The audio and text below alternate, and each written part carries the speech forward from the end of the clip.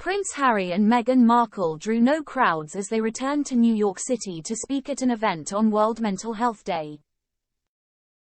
The Duke and Duchess of Sussex represented the Archewell Foundation at the Project Healthy Minds event in Hudson Yards on Tuesday, where they spoke in a panel about mental wellness in a digital age.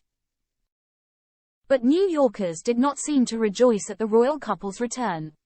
There was no crowd in the Hudson Yards area as the pair arrived and departed, and when asked about their thoughts on Harry and Meghan being in New York, many locals said they did not care. Carla Mendez, 22, from the Bronx, said exclusively to Daily Express US, "I mean, if I get to see them it's cool, but I didn't know they were here." While several black SUVs were parked outside the venue, most tourists and locals seemed unbothered by the royals' presence. Most recently, the Duke and Duchess were in New York in May for the Ms. Foundation 50th Anniversary Gala, in which their spokesperson said there was a near-catastrophic car chase with paparazzi. Harry and Meghan's security was much more secure this time, with their entering and leaving the venue going mostly unnoticed. But one royal fan made sure she was at the event. McGuinness, an author from New Jersey at the event, said to Daily Express US, "I've always been a royal watcher. I'm blown away by their whole story. I'm a big fan of the whole family." But McGuinness agreed that Harry and Meghan did not draw a crowd in New York. She said, "There was nobody there. I've been here for almost 6 or 7 hours now, and it was very chill. Everybody seemed very respectful and willing to give them space."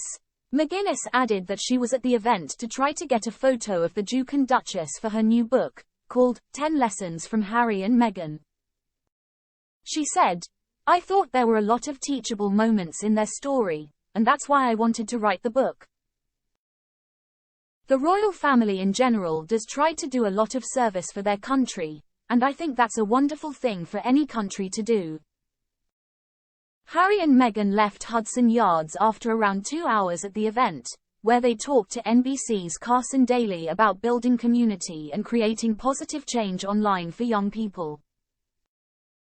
The U.S. Surgeon General, Dr. Vivek Murthy, also joined them for the discussion.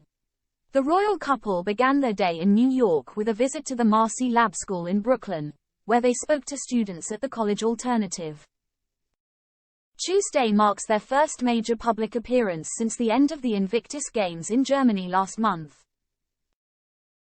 Follow our social media accounts here on facebook.com/expressiousnews and at expressiousnews.